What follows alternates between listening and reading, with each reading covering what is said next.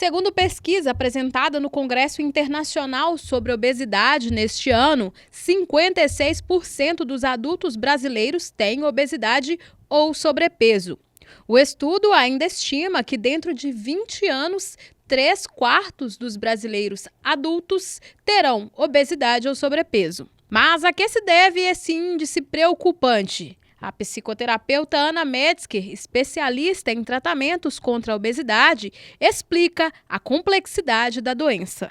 Uma pessoa com obesidade, ela tende a enfrentar problemas como ansiedade, depressão, baixa autoestima, que faz com que muitas vezes venha até um comer emocional diante dessas situações, diante desses problemas que muitas vezes ela não consegue expressar, ela não consegue lidar bem. Quem tem a obesidade aí enfrenta muitas vezes uma resistência à insulina, existem questões aí genéticas que também são importantes, que a gente precisa considerar. Então, tem todo um contexto, um cenário aí biológico que a gente precisa se atentar. Inúmeros fatores podem levar uma pessoa à obesidade. Eles normalmente estão ligados à má alimentação, ao sedentarismo, à genética, a fatores metabólicos, alterações hormonais, uso de determinados medicamentos e um ambiente influenciador de maus hábitos. A gente poderia colocar aí, sim, uma vida mais sedentária, onde essa relação com a atividade física, essa relação aí não foi muito bem construída, padrões que foram, de certa forma, construídos, estão ali enraizados, que muitas vezes a gente acaba tendo dificuldade de mudar, porque eles estão muito naturais ali para aquela pessoa. Eu diria também nas questões metabólicas, que também tem um importante papel aí que a gente precisa investigar com o controle médico, com esse acompanhamento mais próximo. Os fatores sociais e psicológicos também influenciam. A gente lida muito com uma pressão muito grande da sociedade em atender determinados padrões. E isso faz com que as pessoas cheguem até no consultório muito envergonhadas, muito se culpando pela doença, e isso acaba fazendo com que elas, de certa forma, se veem excluídas socialmente, e deixem de pedir ajuda, por vergonha, inclusive, deixem de frequentar locais de saúde, estabelecimentos de saúde. E aí eu poderia citar o exemplo da academia, que é algo que é muito frequente aqui no consultório, de pessoas que deixam de frequentar a academia por medo, por receio do olhar do outro, que é muito cruel. Estes fatores podem agir isolada ou simultaneamente. A gente está falando, por exemplo, dessas influências todas, a gente precisa entender que um pode estar contribuindo para o outro, então não é um fato isolado, um fato de eu estar, por exemplo, com uma alimentação inadequada, fazer com que eu ganhe peso. A gente, inclusive, encontra com pessoas aí que muitas vezes comem em excesso, não praticam atividade física e que não engordam. Embora as pessoas conheçam o caminho para manter-se com um peso saudável, percorrê-lo é bem mais complexo do que se pode imaginar. Lidar com o preconceito e com as próprias limitações são os grandes desafios. A obesidade ainda é uma doença que enfrenta muitos preconceitos.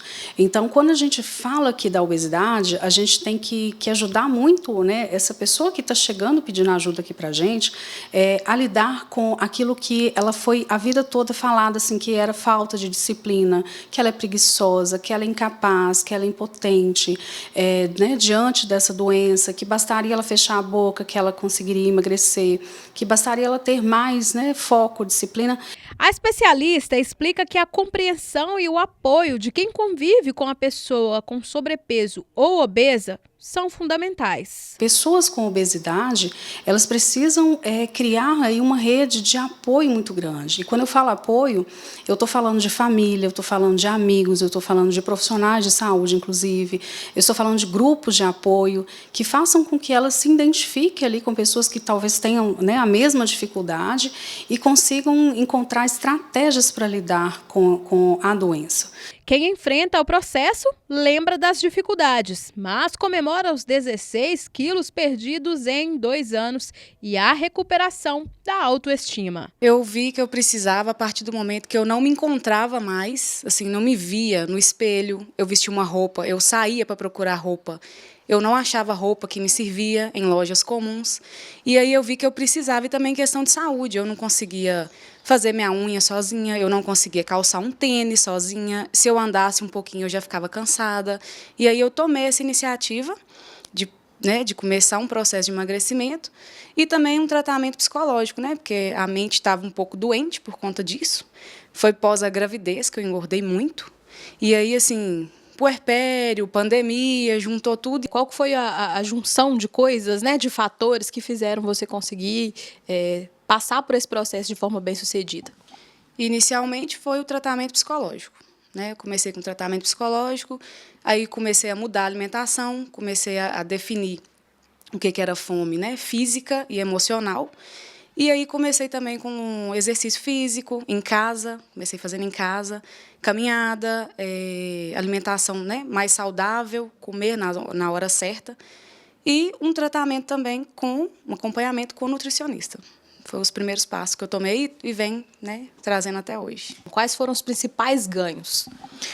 Hoje, o primeiro, né, que eu mais buscava era saúde. Hoje eu tenho saúde muito boa. E, assim, me preparar mesmo, assim. Hoje eu consigo fazer uma alimentação saudável, eu consigo comer melhor, né, que antes eu comia muita bobagem, essas coisas, falta de tempo. E aí também uma autoestima, né? Autoestima elevada, saúde, mais disposição. Você começou, mas continua fazendo para conseguir dar seguimento aí. Na hora, né, que a gente se perde um pouquinho, mas aí você tem que lembrar para onde você não quer voltar mais. E aí você lembra disso e volta de novo, e todo dia é um recomeço.